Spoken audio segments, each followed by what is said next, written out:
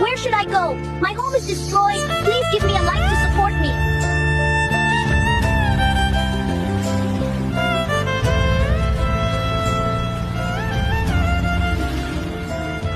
Sir, I need a job and also a place to stay. Okay, but you will have to live here at the construction site.